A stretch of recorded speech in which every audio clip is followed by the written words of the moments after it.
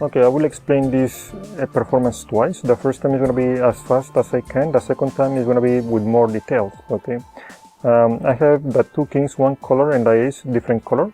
Okay, I'm trying to make a lot of contrast from the face and the back. Then I do a reverse counting by reversing just one by one. Then I need to conceal the back of the ace. I'm reusing the first card and keeping the second and the third together. Okay, take one, and I had no breaks at this point, and I peel it back off the card, the first card that I took, and put it on top. I will go in detail later on, and then I do a Roomba count, and then a regular count, and a regular count. And then I'm concealing this corner with the ace, so nobody knows which king goes in the middle and which king goes to the bottom. Okay, the reason is because I'm going to do a double lift, so at that second I'm exposing one of the kings. That's why I try to conceal them since the beginning, and because I need to get rid of this top card, I don't want to expose the ace. I'm trying to keep the thumb until my wrist reach 45-degree angle while spinning, then I let go. Okay, clip this card with the index and middle finger and grab these two square, and then pretend you're putting this card in the middle. You need to struggle or pretend you're struggling, but don't just do this because this card is actually going all the way to the bottom. Okay, so just don't make it too obvious. And then I'm gonna spin the two cards from the bottom. Okay, I will explain that later on. Then I show the ace by bending the ace, okay, while showing it to the spectator. Then I bend these two cards the opposite way. The reason that I'm bending them is when I put them all together, when I squeeze, I expose the card in the middle and the ace. But for me to conceal the color on the back of the ace, I'm pushing up here with the index finger while pointing the ace. Then I go back down completely parallel to the floor. Then I squeeze to reach the card in the middle with the middle finger. Okay, by squeezing. Then I do the exact same thing as the first time. I square, pretend I'm gonna put this card in the middle by struggling a little bit, but it actually goes all the way to the bottom. Then I will spin the two cards from beneath once again, with the purpose of showing the color of the ace, the back. And that's it. There is a variation. Instead of doing the squeezing method, you can do the glide method. And notice I have the grip, the index, and the thumb. The second, third, and fourth finger, I'm going to bend them right beneath. And I'm going to hold that in position with the pinky finger, the ace. The pinky, notice the pinky, goes back a little to pull this card behind so I can reach the card in the middle. And bring this back so you can grab it from below. Then again, pretend you're putting the card in the middle, but it goes all the way to the bottom. And spin the two cards below again.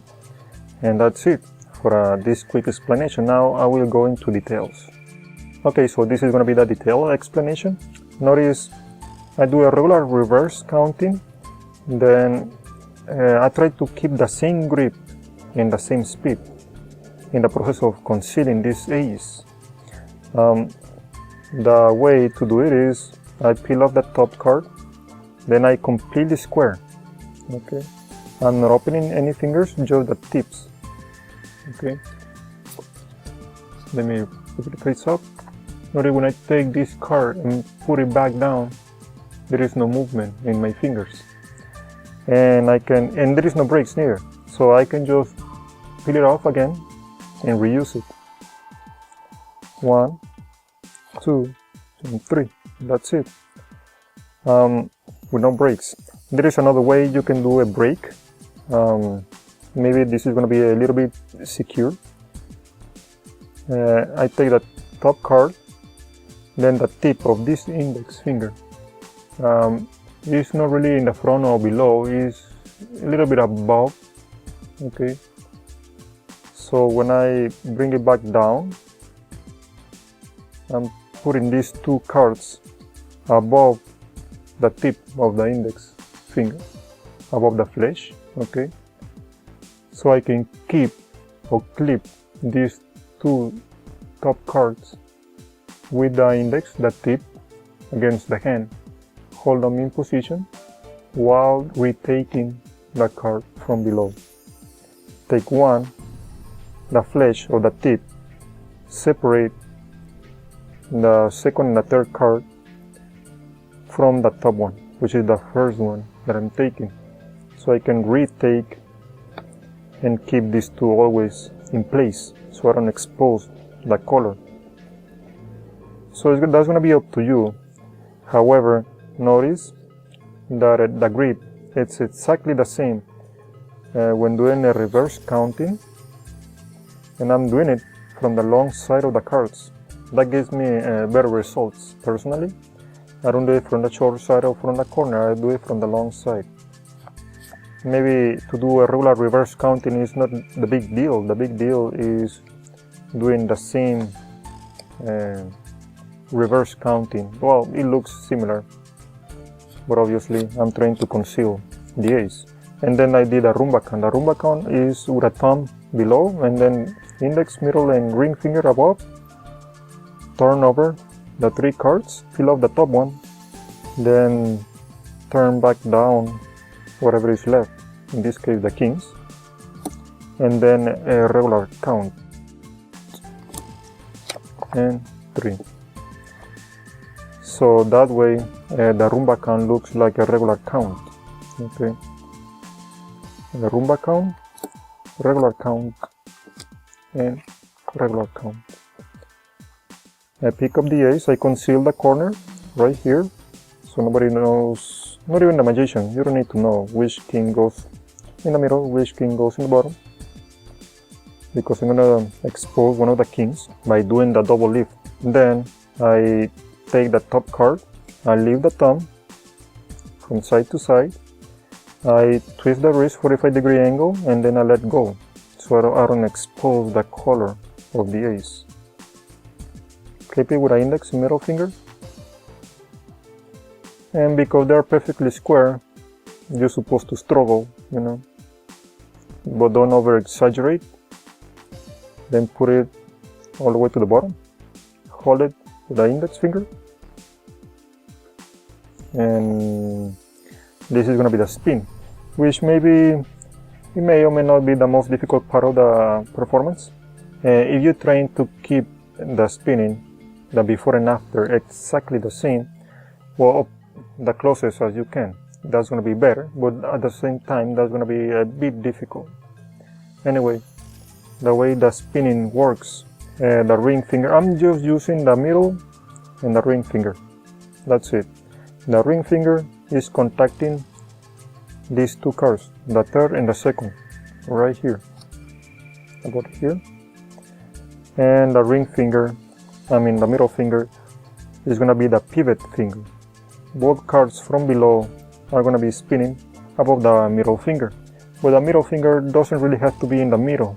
It can be right next to the ring finger, and all I'm doing is stretching the ring finger. The thumb is right in the middle of the second and third finger, but I'm not using the end of the tip, I'm using the whole flesh of the tip. And the ring finger has to be bended so I can stretch it, and the two cards below may spin by stretching the ring finger. Now I'm using the index finger as well. That gives me a better control. You don't have to use the index finger, but that's better in my opinion, because by stretching the ring finger I'm retracting the index, and that may give you a better control, so you may end up as square as you can. Now there are three gestures One is just shaking it from side to side. The second one is by waving too much. And the last one, which is the one I used, is a circular motion. Okay. And whatever you feel more comfortable, you can use it. But anyway, the circular motion, it gives me a little bit more time. And it's a little harder to follow. I will make a little bit more emphasis on the spinning because I know this is one of the trickiest part for a lot of you. Okay, ring finger goes right here, close to the palm of the hand, so I can stretch it later on to do the spin, touching the third and the second card, right in the middle. Okay. The ring finger, the middle finger, I'm sorry, goes about here, and I leave a stretch in the index finger.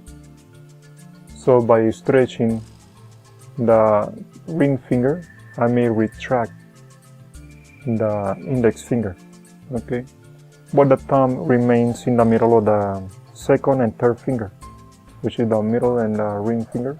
To make it easier to understand, just second and third finger. That's the main deal. Both cards still spinning very well.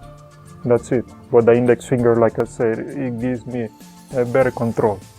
Then I take the ace by bending the ace a little bit.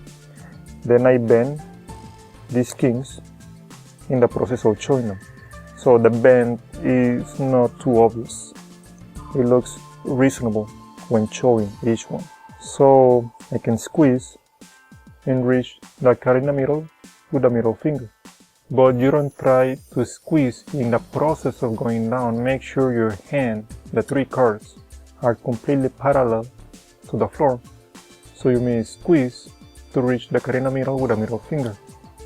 Completely down, squeeze in the process of reaching. Okay. And that's it. And do exactly the same as the first time. Pretend you put in the card in the middle, but it goes all the way to the bottom. And do the spin that I already explained. Show the ace and the kings, and that's it. And just remember, you can do the glide method instead of the squeezing method. So that's going to be up to you.